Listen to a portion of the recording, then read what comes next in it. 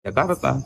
Dan Oke. bahkan di kemudian hari, Anies, PDIP, dan Ahok sangat mungkin akan terjadi bagaimana chemistry politik itu yang sering terbangun. Bisa kita lihat misalnya dalam Pilkada Jakarta, anak-anak Abah mendukung bagaimana Pram dan Sidul. Begitupun di Jawa Tengah, pemilih-pemilih Anies adalah mereka yang terkonfirmasi juga mendukung jagoan dari PDIP, Andika Perkasa sama Hendi saat itu. Jadi apa yang terjadi pada Ahok dan Anies bisa saja ini menjadi ajang konsolidasi politik antara pendukung Anies dan pendukung Ahok. Tapi saya menduga kenapa ini terjadi konsolidasi, kenapa terjadi rekonsiliasi politik antara Anies dan Ahok. Ya karena ada titik temu.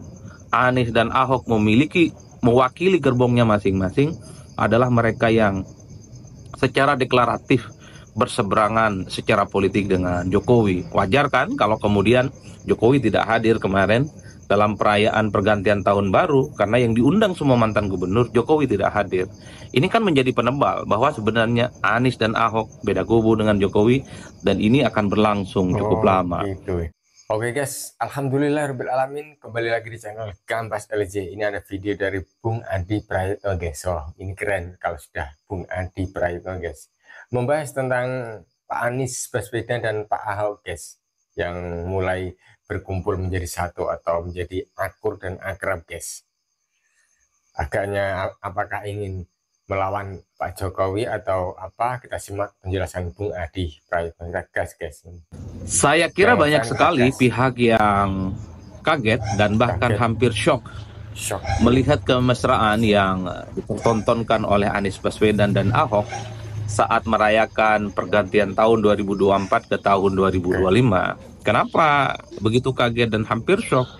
Ya karena tentu Anies Baswedan dan Ahok ini adalah dua sosok yang kemudian hampir membelah warga Jakarta dan bahkan membelah seluruh bangsa Indonesia gara-gara pilkada 2017 yang lalu yang menggunakan sentimen politik identitas, yaitu isu agama dan isu-isu etnis. Kita tahu bahwa Anies itu menang di pilkada karena Ahok dinilai sebagai penista agama. Di demo berjilid-jilid, di demo hampir tiap hari, gerakan pembela ulama, gerakan pembela umat Islam, dan seterusnya, yang menganggap Ahok itu adalah orang yang adalah menista agama, tidak layak memimpin bangsa dan negara, dan seterusnya dan seterusnya. Orang-orang yang menolak Ahok sebagai calon gubernur di Jakarta saat itu adalah mereka yang terafiliasi sebagai pendukung Anies. Praktis setelah itu, publik sangat terbelah ya, melihat siapa yang penista agama dan siapa yang kemudian pembela ulama. Selain Ahok sering dituduh sebagai penista agama dan bahkan Ahok berurusan dengan hukum, Anies secara politik mendapatkan faedah elektoral saat itu karena mendapatkan simpati yang cukup luar biasa, dan bahkan Anies disebut sebagai representasi dari kepentingan politik umat Islam, pembela ulama, dan seterusnya dan seterusnya. Jadi inilah yang kemudian membuat kenapa begitu banyak pihak kaget ya. Ketika melihat Anies dan Ahok, sangat mungkin mereka itu akan melakukan kerjasama ya di bulan depan katanya. Baik di pihak Anies ataupun di pihak Ahok sama-sama kaget dan bahkan sampai hari ini mereka tidak percaya dengan junjungan yang dipertontonkan oleh mereka gitu ya. Di pihak Ahok misalnya mereka meratapi kenapa Ahok harus berkompromi dan berdamai dengan Anies Baswedan. Padahal pendukung Ahok ini adalah orang yang mungkin dulu sering dikafir-kafirkan, sering diintimidasi dengan ayat-ayat politik, diintimidasi dengan ayat-ayat agama sebagai orang yang dinilai tidak ramah dengan kelompok-kelompok Islam, dinilai imannya itu tipis, dinilai itu imannya dipertanyakan, dan seterusnya dan seterusnya. Begitupun dengan pendukungnya Anies Baswedan. Sangat menyayangkan kenapa Anies Baswedan itu harus berkompromi dan menunjukkan kebersamaannya dengan Ahok.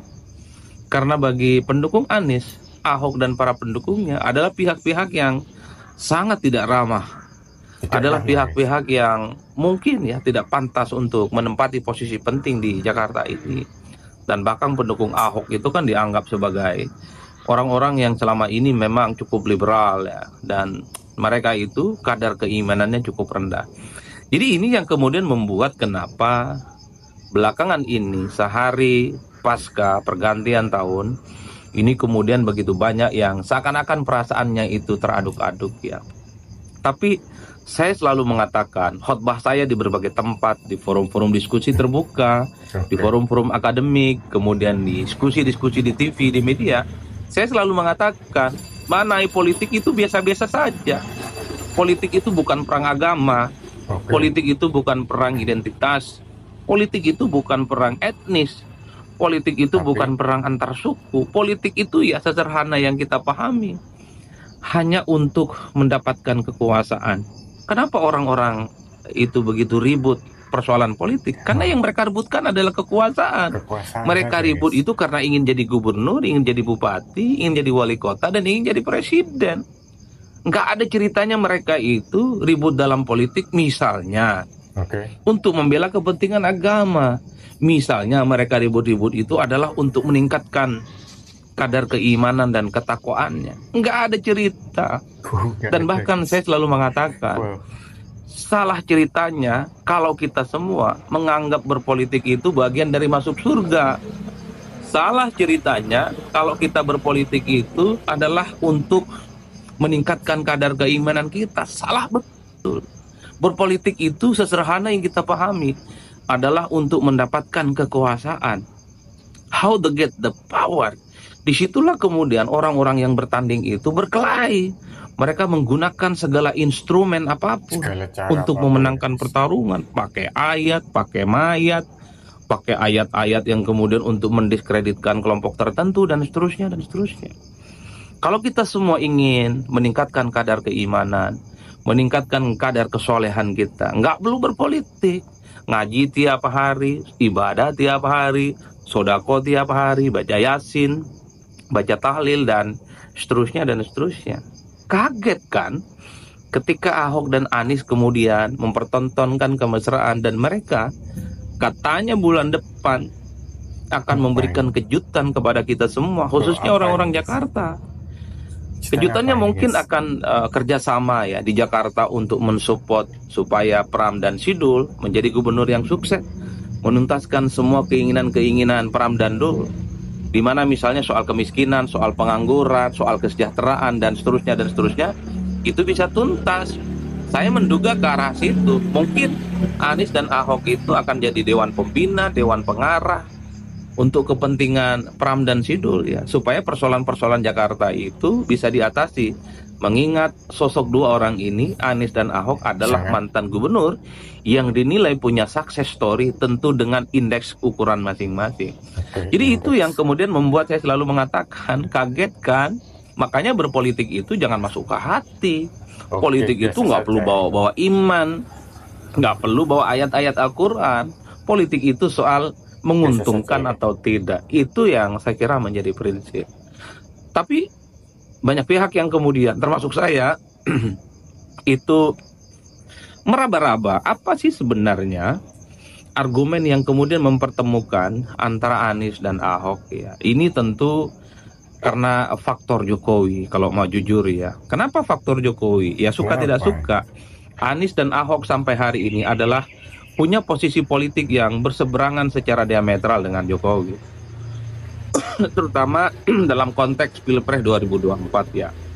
Ahok itu adalah pihak yang kalah dengan mendukung Ganjar Pranowo, dan Anies adalah pihak yang kalah dan dengan kubu perubahan saat itu kalah Pilpres dengan jagoan Jokowi yang mendukung Prabowo dan Gibran. Jadi yang mempertemukan kepentingan politik antara Anies dan Ahok bagi saya itu karena faktor Jokowi. Sepertinya Anies dan Ahok kenapa berkongsi secara politik? Mungkin karena mereka menganggap Jokowi itu adalah common enemy, rival politik bersama, sehingga kerjasama politik ini sangat mungkin dilakukan oleh Ahok dan Anies. Bahkan bukan hanya untuk urusan Jakarta, dan bahkan di kemudian hari Anies, PDIP, dan Ahok sangat mungkin akan terjadi bagaimana chemistry politik itu yang sering terbangun. Bisa kita lihat misalnya dalam Pilkada Jakarta, anak-anak Abah mendukung bagaimana Pram dan Sidul. Begitupun di Jawa Tengah, pemilih-pemilih Anies adalah mereka yang terkonfirmasi juga mendukung jagoan dari PDIP, Andika Perkasa sama Hendi saat itu. Jadi apa yang terjadi pada Ahok dan Anies bisa saja ini menjadi ajang konsolidasi politik antara pendukung Anies dan pendukung Ahok. Tapi saya menduga kenapa ini terjadi konsolidasi, kenapa terjadi rekonsiliasi politik antara Anies dan Ahok, ya karena ada titik temu Anies dan Ahok mewakili gerbongnya masing-masing adalah mereka yang secara deklaratif berseberangan secara politik dengan Jokowi. Wajar kan kalau kemudian Jokowi tidak hadir kemarin dalam perayaan pergantian tahun baru karena yang diundang semua mantan gubernur, Jokowi tidak hadir. Ini kan menjadi penebal bahwa sebenarnya Anies dan Ahok beda kubu dengan Jokowi dan ini akan berlangsung cukup Oh, lama. gitu ya. Oleh karena itu, kembali lagi ya, Oke. alasan-alasan kenapa Anies dan Ahok bertemu, ya karena ini ada faktor kepentingan bersama bahwa anak Abah dan Ahoker saat ini sama-sama memiliki iman politik yang Anak sama. Abah Kaget dan kan? Ahoker. Makanya jangan pernah anggap pemilu, pilkada, dan politik itu urusan agama. Dan itu kan yang terjadi dalam pilkada Jakarta 2017 yang lalu. Bagaimana iman politik, bagaimana kepentingan politik itu dikaitkan dengan kepentingan-kepentingan agama. Kan itulah yang kemudian membuat warga Jakarta, kemudian hampir masyarakat kita juga ikut-ikutan terbelah. Bahkan saya menyaksikan dari dekat gitu ya, demo 212 yang berjilid-jilid, saya juga Sangat ikut di banyak dalamnya, berjilid-jilid. menyaksikan dari dekat. Itu kan datang dari berbagai kalangan, bukan hanya orang Jakarta. Bahkan eksponen-eksponen kelompok-kelompok politik datang ke Jakarta hanya ingin memenjarakan Ahok sebagai orang yang dinilai menista agama saat itu, hanya ingin supaya Ahok itu tidak jadi gubernur dengan alasan Ahok itu anti-Islam, Ahok itu menista agama, dan bahkan bagi pendukungnya, bagi pendukung-pendukung Ahok, itu kan haram. Haram Mereka hukumnya itu ya akan guys. disolatkan jenazahnya. Itu adalah satu realitas politik yang tidak bisa kita pisahkan. Sementara pendukung Anies adalah mereka yang paling merasa Islam, paling dekat dengan umat Islam, paling memperjuangkan umat Islam, imannya paling tebal sampai Sidratul Muntaha dan seterusnya. Oke, Sigrat Saat itu, Muta. tapi lihat hari ini, kedua sosok ini yang menjadi idola pendukung Anies, yang menjadi idola pendukung Ahok, berkongsi dalam satu kepentingan politik yang sama. Gini guys. Makanya politik itu nggak perlu bawa-bawa ayat, nggak Oke. perlu bawa-bawa Al-Quran, nggak perlu bawa-bawa kitab suci. Politik harus kita maknai untuk kepentingan kekuasaan. Orang berani ribut, bahkan berani mati. Itu karena Oh, ingin mendapatkan jabatan politik. Ingin jadi gubernur, ingin jadi wali kota, oke. ingin jadi bupati, ingin jadi presiden, dan ingin jadi anggota dewan. Politik sederhana itu aja. Di luar itu saya kira nggak ada ceritanya. Oleh Nggak ada karena yang itu, lain. marilah kita memaknai politik di bangsa kita ini biasa-biasa saja. Nggak perlu Biasa-biasa lagi saja. menganggap politik itu seakan-akan perang agama, perang etnis, seakan-akan itu menjadi suatu hal yang kemudian mempertaruhkan kita untuk mempertaruhkan segala-galanya. Banyak orang ribut kan, banyak orang cerai kan, banyak orang tidak ramah kan dengan pihak yang lainnya. Betul. Hanya gara-gara Anies dan Ahok. Kini mereka mempertontonkan kebersamaannya yang cukup luar biasa.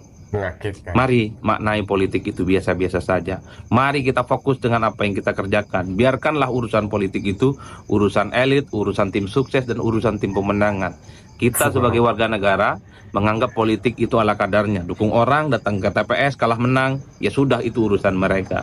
Kita fokus dengan kehidupan kita, bekerja, masuk kantor, dapat uang, pikirkan keluarga besar kita bersama. Saya kira di situ Oke. bagaimana kita supaya indah memasuki hidup di tahun baru 2025. Salam politik, syai'un syai'un. Salam. Terima kasih. Wassalamualaikum warahmatullahi wabarakatuh. Waalaikumsalam warahmatullahi wabarakatuh.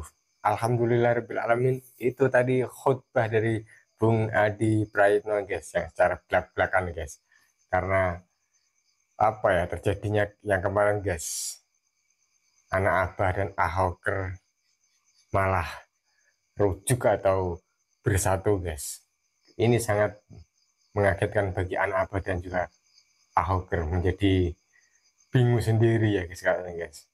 Karena dulunya di pilkada Jakarta mereka saling saling serang guys. Yang satu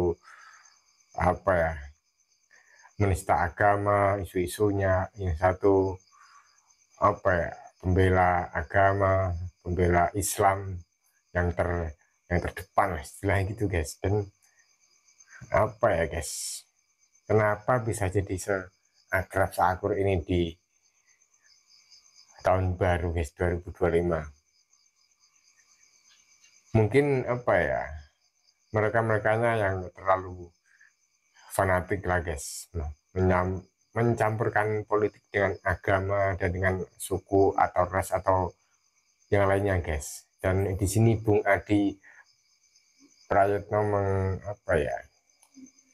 mengusulkan, bukan mengusulkan ya guys, mengingatkan bagi kita semua tentang berpolitik itu ya memang memang memang sesederhana itu guys. Tujuannya ya ingin mendapatkan kekuasaan dan ingin berkuasa guys. Tidak ada istilahnya lebih meningkatkan keimanan atau lebih menuju akhirat atau yang lainnya guys. Pokoknya diingatkan agar kalau berpolitik atau mendukung kubu sana sini ya janganlah memakai isu-isu agama atau isu-isu apapun kan guys, karena dari yang terjadi saat ini, yang dulunya musuhan di pilkada dan sekarang akrab atau akur itu, dan suatu saat kemungkinan PDIP akan juga bergabung dengan Ahok dan anak abai guys, kita masih belum tahu. Oke, wassalamualaikum warahmatullahi wabarakatuh. Gambas LJ.